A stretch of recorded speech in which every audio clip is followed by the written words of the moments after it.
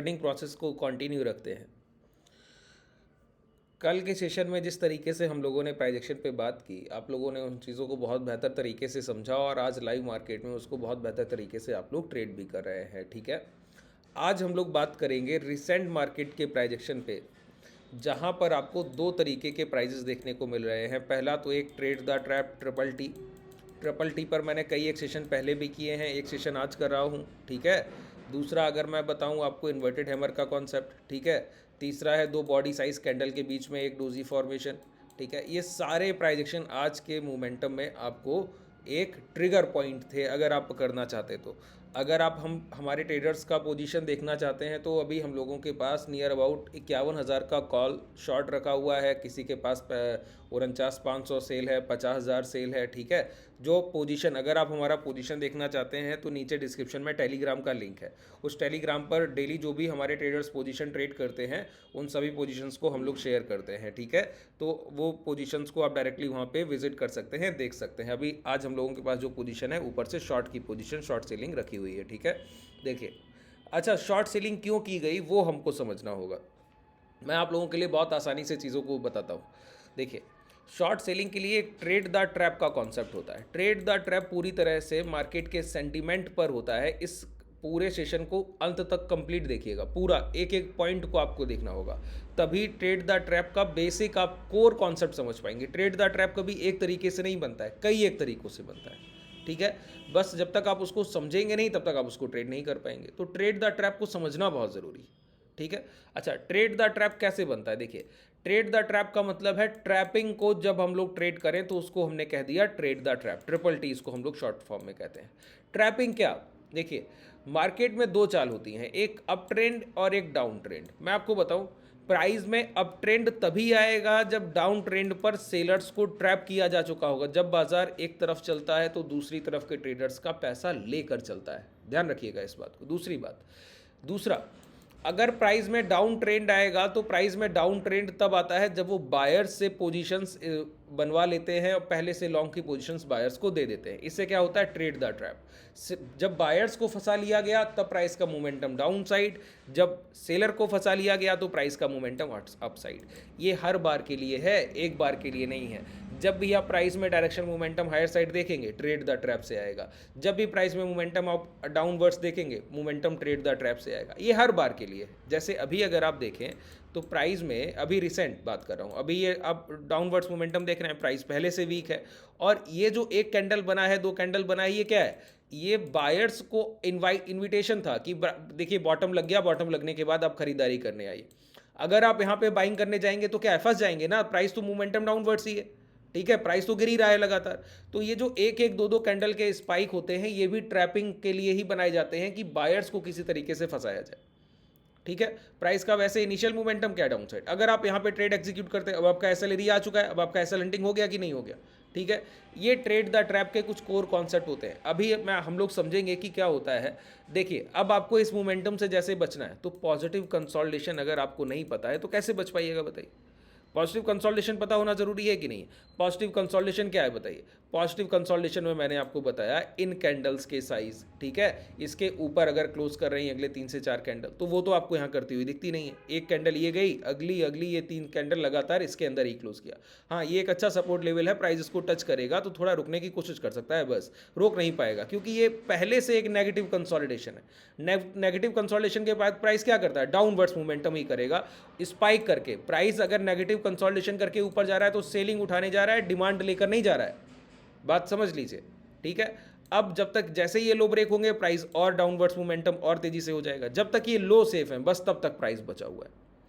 ठीक है, अब समझिए ट्रेड द ट्रैप को। अब हम लोग बात कर लेते हैं, समझिए। देखिए, पहले प्राइस के सेंटिमेंट्स जुड़िए। प्राइस एक्शन क्या है? प्राइस हमारे मूड स्विंग का सेंटिमेंट है। रिटेलर, छोटे ट्रेडर के मूड स्विंग का सेंटिमेंट होता है प्राइस एक्शन। ठीक है, कभी भी इस लाइन को भूलना नहीं है। जितनी बार मैं बोलूं, प्राइस एक्शन क्या है? प्राइस छोटे ट्रेडर के मूड स्विंग का एक रिजल्ट है, परिणाम भर है। कैसे पता लगता है? देखिए, यहाँ पर अगर आप गौर करें तो प्रीवियस सेशन हम लोगों ने कंसोलिडेशन किया। ठीक है, कंसोलिडेशन किसका साइन होता है? बायर साइन होता है। ठीक है, तो बायर्स अपनी अपॉर्चुनिटीज़ देख रहे थे, लेकिन जो इमैच्योर बायर है, जो समझता नहीं है कि बाइंग अपॉर्चुनिटीज़ बनती कैसे है, तो कल तो वो बाइंग अपॉर्चुनिटीज़ देख रहे थे, कल आप देखिए ना तो ये हाई ब्रेक हुए, ना ये हाई ब्रेक हुए, ना ये हाई ब्रेक हुए, तो बायर्स अपनी अपॉर्चुनिटीज़ के बस इंतज़ार में रह गए कि हमको खरीदने का मौका, अवसर मिलेगा, लेकिन अभी अवसर आया नहीं है। ठीक है, अभी अपॉर्चुनिटी आई नहीं है, तो वो कल पेशेंस में बने रहे, धैर्य के साथ बैठे रहे। लेकिन आज बाजार ने क्या किया, उनके पेशेंस को चेक किया। कैसे चेक किया बताइए? कल बाजार क्लोज हुआ 49,200 पे, और जो खरीदार अपनी खरीदारी का मूड बना रहे थे कि मुझे बाइंग एरिया मिल गया है, अब यहाँ से जब भी ब्रेकआउट होगा, हाई ब्रेक होंगे, तो मैं यहाँ पे लॉन्ग की पोजीशंस बनाऊंगा, इस तरीके का जिनका बाइंग अप्रोच था, ठीक है, तो उनके लिए जो टारगेट लेवल थे खरीदारी के 49,350, 49,400, इसके बाद उनको खरीदारी करनी थी। ठीक है, अब ये लेवल देखिए, ट्रेडर के माइंड में लेवल सेट हो जाता है। बहुत ध्यान से सुनिए, ट्रेडर के माइंड में लेवल क्या होता है, सेट हो जाता है सर। उसने एक बार सोच लिया ना कि 49,350 के ऊपर खरीदारी करनी, तो वो उसके लिए बाइंग एरिया है, ग्रीन जोन है, वो उसका माइंड एक ग्रीन सिग्नल दे रहा है वहां पर। 49,350 एक ग्रीन जोन है, 49,400 एक ग्रीन जोन है। लेकिन आज मार्केट ने क्या किया, गैप अप किया। गैप अप के बाद पहला कैंडल इतना पॉजिटिव बनाया, पहली कैंडल 550 पे क्लोज किया। अब यहां पर जो बायर कल पूरे दिन काल्मनेस के साथ बैठे रहे, धैर्य के साथ कि ब्रेकआउट के बाद ट्रेड करेंगे, आज मार्केट उनको एंट्री का मौका ही नहीं दे रहा है, प्राइस दौड़ते हुए आगे बढ़ गया। अब ये सारे बायर क्या कर रहे हैं, प्राइस को कैच करने के लिए दौड़ रहे हैं। इसीलिए मैं बोलता हूं, पोजीशन एक ट्रेडर का वो बेहतर होता है जो वो खुद प्लान करके बनाता है, ना कि बाजार उसको ज़बरदस्ती एग्जीक्यूशन कराता है। ठीक है, ये जो लॉन्ग प्राइस में किया है मॉर्निंग में लोगों ने, ये जो प्राइस के हाई ब्रेक करते हुए देखकर, ये जो यहाँ पर पोजीशन को देखकर है ना, ये किन लोगों ने लॉन्ग किया है?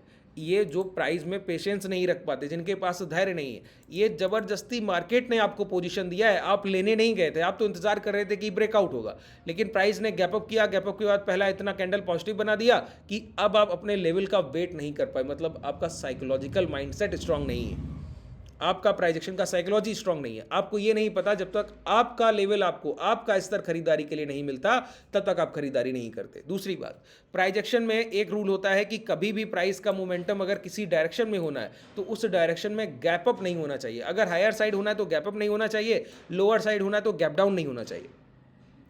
अगर गैप अप हो गया तो प्राइस के दो मोमेंटम होंगे, या तो कंसोलिडेशन या रिट्रेसमेंट।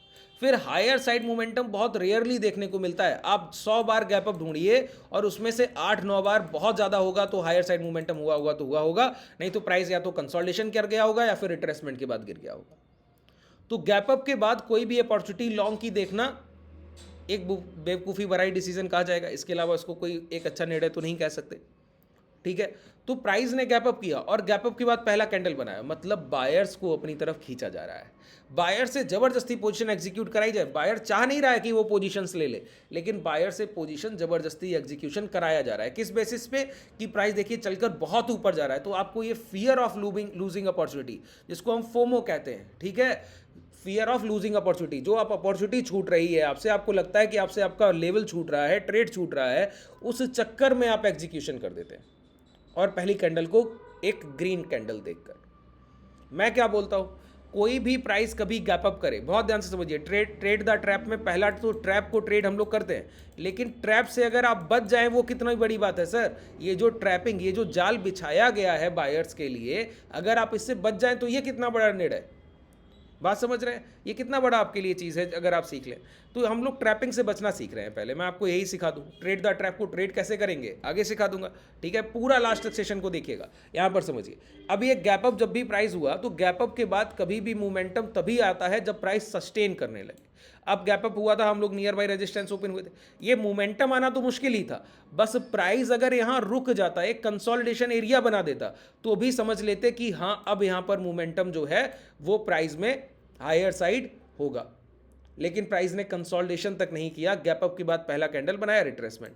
इसीलिए प्राइस में कभी एक बड़े गैप अप के बाद अगर प्राइस पहला कैंडल पॉजिटिव बना रहा है तो मोमेंटम के लिए ट्रेड नहीं करते, वेट करते हैं। कभी भी प्राइस के सेंटीमेंट में ट्रेड एग्जीक्यूट नहीं करते, वेट करते हैं। अब बायर्स के लिए क्या किया गया बताइए, बायर्स को गैप अप दिखाया गया, पोजीशंस एग्जीक्यूट कराई गई, यहां भी पोजीशंस एग्जीक्यूट कराई गई। अब इन सारे बायर्स के एसएल एरिया क्या है ये? अब एक बात बताइए, जिन खरीदारों ने पहले से खरीदारी का मन बना लिया था वो सर बाइंग की पोजीशन में, बाइंग की पोजीशन के बाद शॉर्ट सेलर सभी तो खरीदार बना दिए गए। इतना सेंटीमेंट पॉजिटिव कर दिया गया कि सभी सेलर भी बायर बन गया होगा। जो शॉर्ट सेलिंग के लिए बैठा है वो भी अपॉर्चुनिटी को भूलकर सिर्फ बाइंग साइड देख रहा होगा।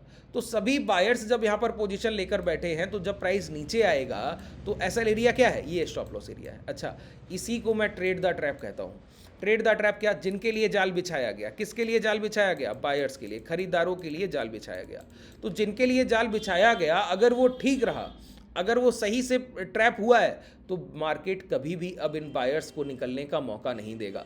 अगर मौका देने आया तो समझिए पैसा देने आया है। मतलब अब अगर कभी भी ये इंडेक्स बैंक निफ्टी कभी भी लौट कर दोबारा 49,400 के ऊपर ट्रेड करने लगे, 49,500 को ब्रेक करे, तो समझिएगा एक लार्ज मोमेंटम हायर साइड आपको देखने को मिलेगा, जो बाजार को 50,000, 50,500 और उसके ऊपर ले जाएगा। जब तक मार्केट 49,500 के ऊपर अब ट्रेड नहीं करेगा, तब तक हायर साइड मोमेंटम की संभावना नहीं है। बात क्लियर हो गई? बहुत आसानी से इन चीज़ों को समझा कीजिए, कुछ भी एक्स्ट्रा ऑर्डिनरी मैं आपको नहीं बता रहा हूं। मैंने क्या कहा, हायर साइड मोमेंटम अब तभी होगा जब ये जो ट्रैपिंग हुआ, बायर्स का ट्रैपिंग हुआ, इन बायर्स को निकलने का मौका मिलेगा तब। पहली बात तो ये, जिनके लिए जाल बिछाया गया उनको कभी बाजार निकलने का मौका देता ही नहीं। अब सोचिए, आपने हिरन के लिए जाल बिछाया, कोई शिकारी उसने हिरन के लिए जंगल में जाल बिछाया, अब हिरन फंस गया तो वो क्यों जाल को खोलेगा, वो तो फंस गया ना, शिकारी था, लेकर चला जाएगा। इसी तरीके से बायर्स के लिए जाल बिछाया गया, बायर्स फंस गए, फिर डाउनवर्ड्स मोमेंटम कराएगा। यहाँ आपके एसएल एरिया गए, यहाँ एसएल एरिया गए, इस तरीके से प्राइस मोमेंटम करते हुए डाउनवर्ड्स मोमेंटम कर रहा है। ठीक है, यही एक तरीका होता है शॉर्ट सेलिंग की अपॉर्चुनिटी को कैच करने का। अगर कभी भी कोई गैप अप हुआ है, गैप अप के बाद तुरंत लॉन्ग नहीं करते, प्राइस को सस्टेन करने दीजिए। ये पहली कैंडल के लो ब्रेक करने से पहले पहले अगर प्राइस सस्टेन कर रहा है, तो जब भी ये स्विंग हाई ब्रेक होंगे तब आप लॉन्ग के लिए पोजीशन एग्जीक्यूट करेंगे। अगर पहली कैंडल इस तरीके से गैप अप के बाद बनी है और उसके बाद प्राइस लौट कर ये डे लो ब्रेक कर दे, तो शॉर्ट सेलिंग का इससे बेहतर कोई अपॉर्चुनिटी नहीं है आपके पास। इतना बेहतर अपॉर्चुनिटी आपके लिए बना ही नहीं। अब देखिए, प्राइस जितनी बार ऐसे मोमेंटम करेगा, एक बार large green body size candle से प्राइस ने डाउनवर्ड्स मोमेंटम की ड्रास्टिकली शुरुआत की, बहुत तेजी से प्राइस में डाउनवर्ड्स मोमेंटम आया। अब ये प्राइस का मैं आपको बिहेवियर बताता हूं। प्राइस रिपीट इटसेल्फ, भाव में खुद के दोहराव की प्रवृत्ति होती है। कितनी बार इस चीज को मैं दोहराता हूं, कितनी बारी दोहराता हूं? देखिए, भाव में खुद के दोहराव की प्रवृत्ति होती है। ये क्या पहली बार हो रहा है कि प्राइस में एक बॉडी साइज कैंडल के बाद रिट्रेसमेंट? नहीं, यहां पर देखिए, एक बॉडी साइज कैंडल के बाद रिट्रेसमेंट, एक बॉडी साइज कैंडल के बाद रिट्रेसमेंट, एक बॉडी साइज कैंडल के बाद रिट्रेसमेंट, यहां पर देखिए एक बॉडी साइज कैंडल के बाद रिट्रेसमेंट। क्या कर रहा है? पिछले 2 सेशन से तो प्राइस ने जो पहले किया है उसी को बस रिवर्स कर रहा है, दोहरा रहा है। तो हमको अगर आइडेंटिफिकेशन पिछले 2-3 ट्रेडिंग सेशन के अगर आप मात्र प्राइस एक्शन भर को याद रखें। अब आप कई लोग मैसेज कर रहे हैं सुबह से, अब जो क्लास के ट्रेडर है सभी लोग समझ लीजिए, हम लोगों ने शॉर्ट का पोजीशन लिया, शॉर्ट के पोजीशन के बाद विक्स का इंपैक्ट कल हम लोगों ने क्लास में डिस्कस किया ना। आप सभी लोगों को दिख रहा होगा कि विक्स का इंपैक्ट कैसे काम करता है ना।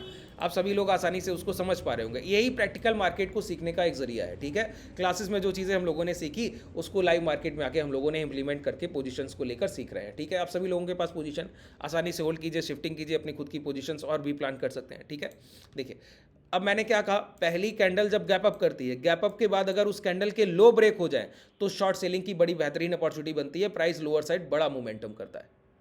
बात क्लियर हुआ? मैंने क्या कहा, पहली कैंडल गैप अप के बाद अगर उसके लो ब्रेक हो जाए, शॉर्ट सेलिंग का सबसे बेहतर अपॉर्चुनिटी होता है डाउनवर्ड्स मोमेंटम के लिए।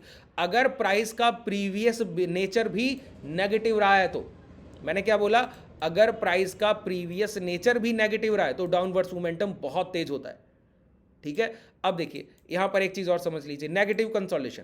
अब आप लोग बताइएगा, मैं शाम का सेशन आप लोगों के लिए नेगेटिव कंसोलिडेशन का करूंगा। जैसे कि अभी क्या है, कुछ लोगों के क्वेश्चंस आए कि सर गिरते हुए प्राइस में बॉटम फाइंड आउट कैसे किया जाए, बॉटम कैसे मिलेगा? तो मैंने कहा अभी बॉटम नहीं बन रहा है, बॉटम बनने में देरी है। ठीक है, प्राइस गिरता रहेगा, आप अपनी पोजीशंस को एक्यूमुलेट करते रहिए। अब देखिए प्रीमियम्स को लोग नहीं समझते।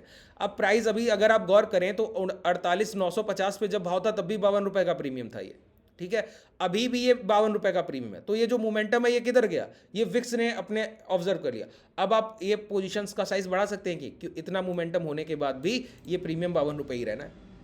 तो आप पोजीशंस को कैसे बनाते हैं, प्रीमियम्स को कैसे कैलकुलेट कर रहे हैं, समझ कैसे रहे हैं, वो बहुत चीज़ें आपके लिए मायने रखती हैं। ठीक है, कल हम लोगों ने इस पे क्लास किया हुआ था, सभी इस क्लास के स्टूडेंट्स इस बात को बहुत अच्छे से समझ पा रहे होंगे कि हम लोग विक्स पे किस तरीके से अपनी ट्रेड्स को प्लान कर रहे हैं। ठीक है, आसानी से पोजीशंस को होल्ड रखिए। अच्छा, इस पूरे सेशन में अगर कोई भी आपको ये रफली सेशन मैंने किया, आपको सिर्फ इतना बताया कि प्राइस में ट्रेड द ट्रैप क्या होता है, ट्रेपिंग का बेस कॉन्सेप्ट क्या है। प्राइस कभी भी आपको कोई अपॉर्चुनिटी दे तो खुद से अपॉर्चुनिटी लेना है, प्राइस के दिए गए अपॉर्चुनिटीज़ में हमको नहीं फंसना है, वो भंवर जाल की तरह होता है सर। पोजीशन आपको पकड़ाया जाएगा और उसके बाद आपको ट्रैप कर लिया जाएगा। अपने लेवल्स पे अडिग रहिए, ठीक है, और अपने प्राइस पर अडिग रहिए। जब तक मोमेंटम आपके जैसा आपने सोचा वैसा ना मिले तब तक पोजीशंस को एग्जीक्यूट नहीं करते हैं, ठीक है। चलिए आज के लिए पर्याप्त है। कोई भी डाउट रह गया हो मुझे नीचे कमेंट सेक्शन में बताइएगा। अगर आप हमारी पोजीशंस और हमसे जुड़ना चाहते हैं तो नीचे डिस्क्रिप्शन में टेलीग्राम का लिंक है, वहां से जाके जुड़ सकते हैं। धन्यवाद।